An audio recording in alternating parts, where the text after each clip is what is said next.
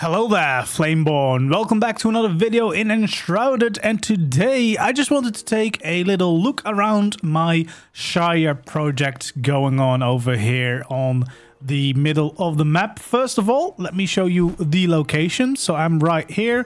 There's a pretty big like open area here next to a shroud area and left of Fort Kelvin. So if you're looking for where to go, this is it.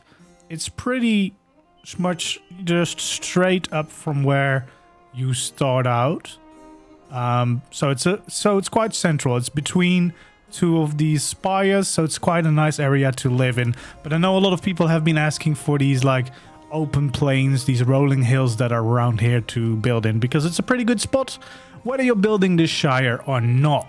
So in today's videos, I just wanted to go over everything that I've built here so far, look at all the little details and the little decorations that I've added so far before we jump into the build of the next Hobbit hole, because I want to get some new inspiration to do some new variation of the Hobbit hole instead of just building the same everywhere. And also what I'm working on is figuring out some kind of design and inspiration to add the green dragon in as a big build over here as well. I'm contemplating on whether to try and make it look like the way it does in the movies, or make it more of a Hobbit hole, or maybe some kind of combination of the two. I'm not quite sure. If you've got any ideas for me, let me know in the comments down below. But yeah, here we go. The first Hobbit hole, of course, that we built for the farmer is right over here.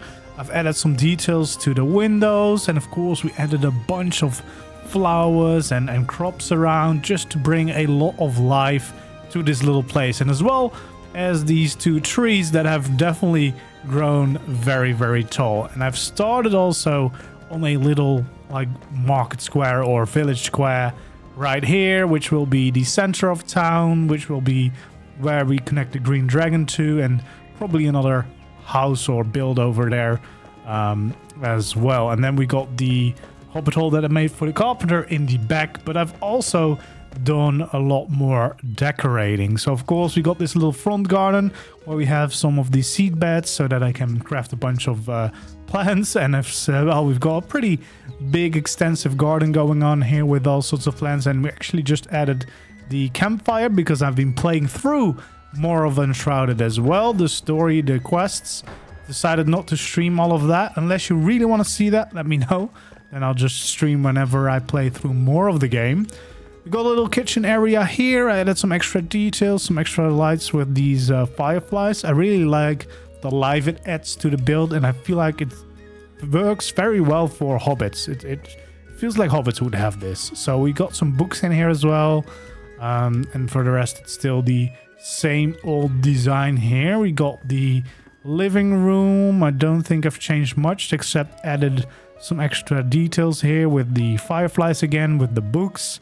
Just adding these books around really adds in a lot of life, although they are a little bit more expensive, of course, to create. And then here we got a bunch of these firefly lights, and we got this big fireplace now here, which adds to the comfort for this room. And again, more books as well. I probably want to add in some more details here, actually.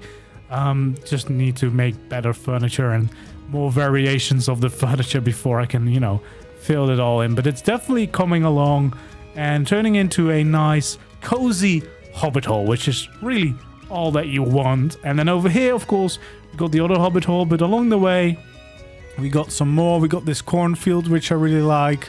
And of course, we got some extra plants up here. I placed a bunch of bushes here. I do not like it. I will replace it with some kind of crop field instead. And I probably will add some more flowers on top of the back of this. And then add a bigger crop field here as well, because this is the farmer Hobbit hole. I feel like it makes sense to have a bunch of things growing around it. Now the big difference, of course, with the carpenter Hobbit hole is that I used the flower soil for most of it, which means you can't really plant anything on it, but it does already add a lot of flowers to it, and it's a lot greener. You can especially see that around the entrances, and I mean, it does look really cool. It's something different. I still need to work on this workplace. I just haven't been really inspired to build something, so yeah, I need to get my mojo back and get some inspiration to build some cool stuff and add some more to the Shire here. We got the little bedroom right here, so we got some of these more fancy furnitures. We got a bathtub, a little sink, and even a little shower here, which is very cool. Then a bigger fancy bed. This is very big for a hobbit. I feel like a whole family could probably fit in here. And then a little nightstand over there, just to make the most out of the room, and also a little rug. I really love the design, and I feel like these colors fit very well with the hobbit theme. We got the hallway with a little bench, little cabinet with some books in it, and more firefly lights. There's a bunch of them even on the walls here, which really adds a lot of life to the place. Now we got this lovely dining table with all sorts of decoration on top of it, even an open book. And then we got a little fireplace here, another carpet, and another bench with the carpenter himself that is right now just chilling out here inside. Depending on what we do outside for the actual workplace, we might eventually add him here. For the time being, I've added the tools right here because until I've got the little workplace on the outside done, I don't want the tools to be in the way there. So basically add them here for now. So when they go away, I'll probably add some other details in the hallways to make it feel more alive. And then this is just the storage room. So there's a bunch of magic chests so I can use all the stuff. And then we got another crafting table, which will be moved as soon as we do get to building the little workplace out here. But yeah, I do like the fact that we have two ways to get in and out of this hobbit hole. Feels a little bit more special. Also, I need to probably add something here, like a bookcase or something, because it feels like that would be the place where you would still have something placed. And then we got a little kitchen here as well. So we got a little sink in the corner. We got a custom fireplace there. We got more cabinets and everything, and a little place to eat and drink something if you're just wanting to grab a bite in the kitchen, maybe for second breakfast, you know, as a proper hobbit probably would have every day. So yeah, I really like the way this second variation turned out. It's very similar in a way to what I did for the first build, but then I tried some different materials, some different things, a little bit bigger, and some different materials. So it's similar, but it's still different enough where it doesn't feel like just repeating the same design over and over again. And that's kind of what I want to do for most of these hobbit holes, because we will be building I think at least like 4 or 5 more of them. So we definitely want to have different variations of them. So my next build is either going to be the green dragon, which is going to be a quite big build over here. I've flattened out a little bit of this hill so that I can possibly build on top of it if I want to go for the green dragon inspiration from the movies, which I might end up doing, because I feel like if I have all these hobbit holes around, it would be kind of nice to have at least one normal building blending in. So then the question is, of course, how we're gonna still make it look hobbit-like. So I'm probably gonna play around with trying to get a little bit of curves in the roof. I don't know if that's possible in this game, but we'll try. We'll see how well we can do. And I've definitely added a bunch of roads. So we got this road leading back here.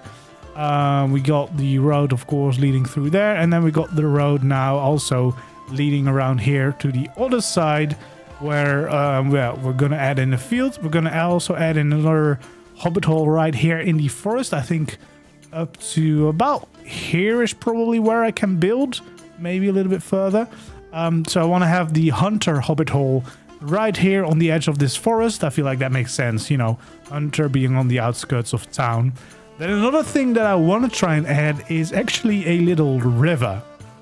So I think I can build up to about this corner of the mountain.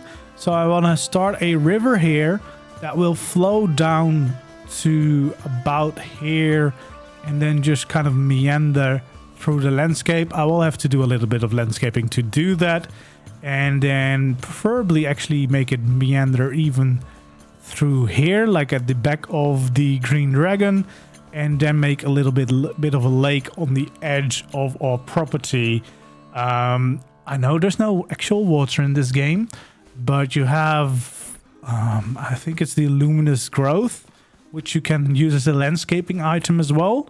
And that is blue. It gives light as well, which makes it very magical water. But I think it looks pretty decent as water. Don't mind all the crafting things that I've placed here so that I can potentially start moving all the NPCs over.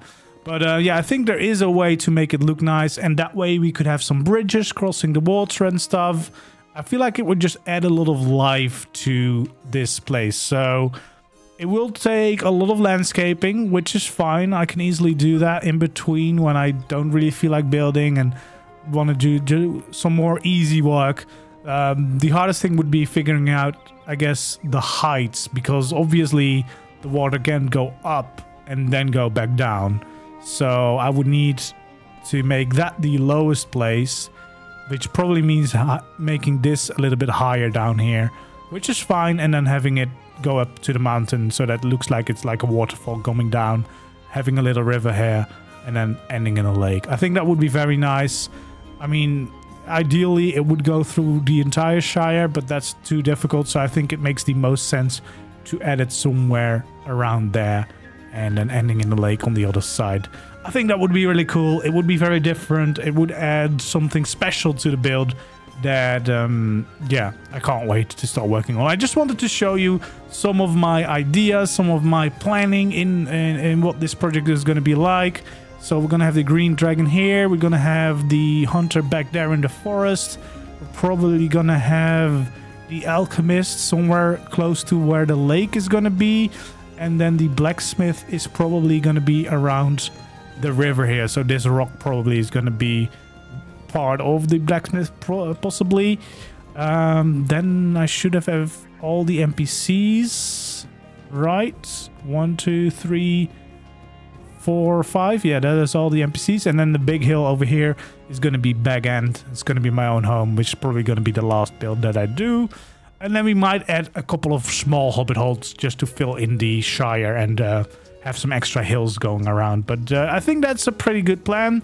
If you've got some suggestions, ideas, anything that I should not forget to add to this Shire project, please let me know in the comments down below. I just wanted to give you a little bit of an update on how the progress has been going so far.